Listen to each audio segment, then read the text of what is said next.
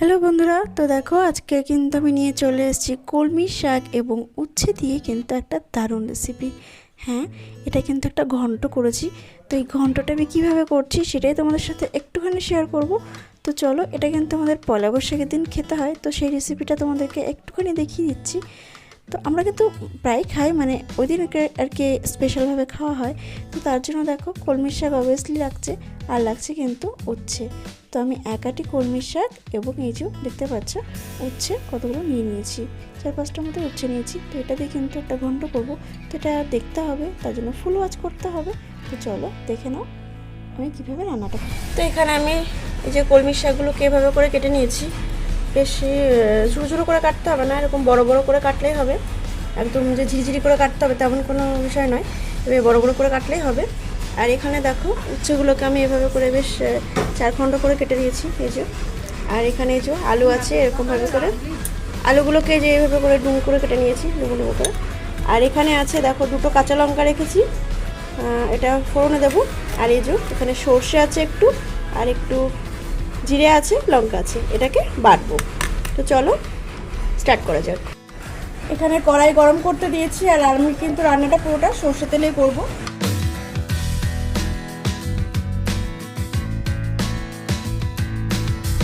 আমি একটু সর্ষের তেল নিয়ে নিলাম।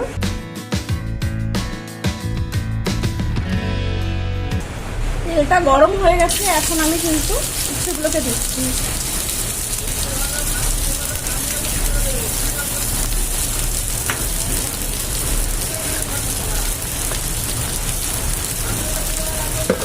নুন এবং সামান্য হলুদ দিয়ে আমি উচ্ছেগুলোকে একটু লাল করে ভেজে তুলে রাখবো।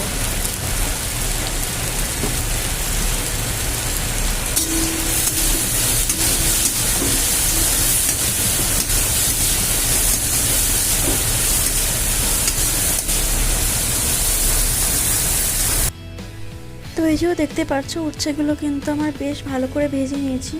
আমি এটা অফ ক্যামেরাতেই করেছি ভালো করে একটু ভেজে নেওয়ার জন্য। আর যেহেতু ভিডিওটা বড় হয়ে যাবে তাই জন্য কিন্তু আমি অফ ক্যামেরায় ভালো করে ভেজে নিয়েছি। আর এবার কিন্তু উচ্ছেগুলোকে আমি তুলে নিচ্ছি। আর এই কড়াইতে যে তেলটা আছে দেখছো, ওর মধ্যে কিন্তু আরও কিছুটা তেল কিন্তু আমি নিয়ে নিলাম। দেখতে পাচ্ছ তেলটা গরম করতে দিতে হবে। আর গরম হয়ে উঠলে কিন্তু আমি 5 ফোড়ন আর কিছু কাঁচা লঙ্কা, মানে 2টো কাঁচা লঙ্কা রেখেছিলাম, সেটা কিন্তু আমি ফোড়ন দিয়ে দিলাম, দেখতেই পারলে। আর এরপর কিন্তু আমি আলুগুলোকে দিয়ে দিচ্ছি। যে ডুম করে মানে কেটে রাখা যে আলুগুলো, সেগুলোকে দিচ্ছি। আলুগুলো বেশি পাতলা করে কাটবে না, তাহলে হবে কি ওটা গলে যাবে। তো আলুগুলোকে কিন্তু একটু ডুম করেই কাটতে হবে। তো এই আলুগুলোকে আমি সুন্দর করে একটু ভেজে নেবো। তার আগে একটু হলুদ এবং একটু লবণ দিয়ে নিচ্ছি, এটা দেখতে পারলে। এরপর কিন্তু এগুলোকে একটু ভালো করে ভেজে নিতে হবে, বেশ সুন্দর করে আলুগুলোকে ভাজবো। আরও একটা লঙ্কার মধ্যে দেবো, যেহেতু আমার মনে হচ্ছে না একটু লঙ্কা কম আছে, ঝাল হবে না, তাই আরও একটা লঙ্কা আমি দিয়ে নিলাম। তো যাই হোক, এই পর্যায়ে যারা এখনও একটা লাইক করোনি তারা প্লিজ একটা লাইক করে আমার পাশে থেকো, আর ভিডিওটা পুরো ফুল ওয়াচ করে যেও। আর যদি ভালো লাগে একটা কমেন্ট করে দিও, আরও যদি ভালো লাগে একটা শেয়ার করে দিও। আর যারা নতুন ভিজিট করেছো প্লিজ চাইলে আমার চ্যানেলকে একটু কিন্তু সাবস্ক্রাইব করে যেতেই পারো, আর আমার সাথে বন্ধু হয়ে যেতে পারো।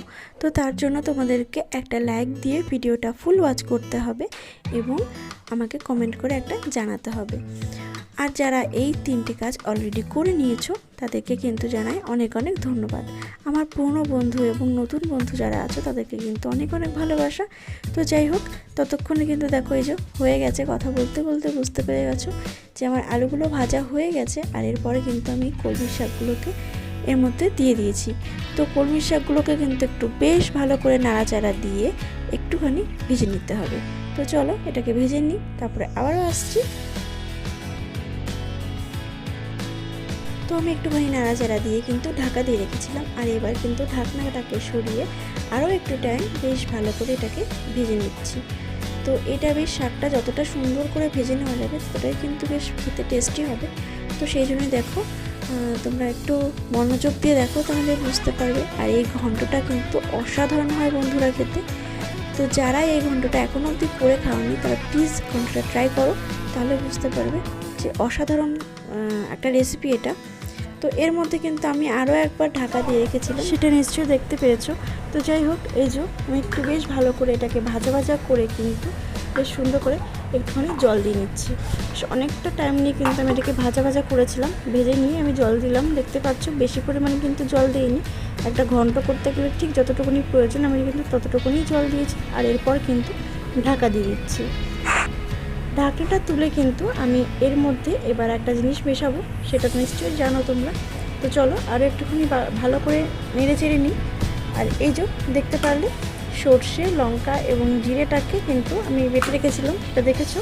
আর সেটাই কিন্তু আমি একটুখানি দিয়ে বেশ সুন্দর করে নেড়ে চেড়ে নিচ্ছি। তো এতক্ষণ আমার সাথে থেকেছো তোমরা, তার জন্য কিন্তু অনেক অনেক ধন্যবাদ। একদমই স্কিপ করো না, এখনও আরও কিছু কিন্তু দেখানোর আছে, তো প্লিজ স্কিপ করো না। তো এখানে একটুখানি টাইম ঢাকা দিয়ে নিয়েছিলাম, আবার তুলে দিলাম। আর এরপর কিন্তু আমি সামান্য পরিমাণে একটুখানি চিনি দিয়ে নিয়েছি।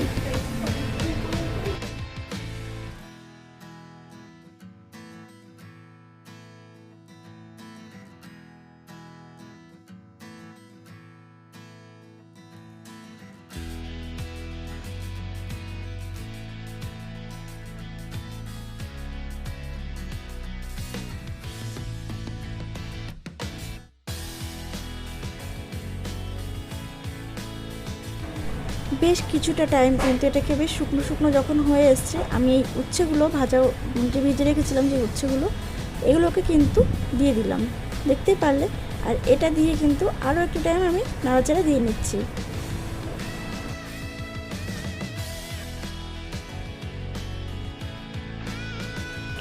এবার কিন্তু আমি আরও একবার ঢাকা দিচ্ছি, ব্যাস মানে 1 মিনিটের জন্য একটুখানি টাইম ঢাকা দিলাম, দিয়ে কিন্তু একটু বেশ নরম ভাব যখনই হয়ে গেল, আবার কিন্তু এটাকে তুলে নিলাম ঢাকনাটাকে।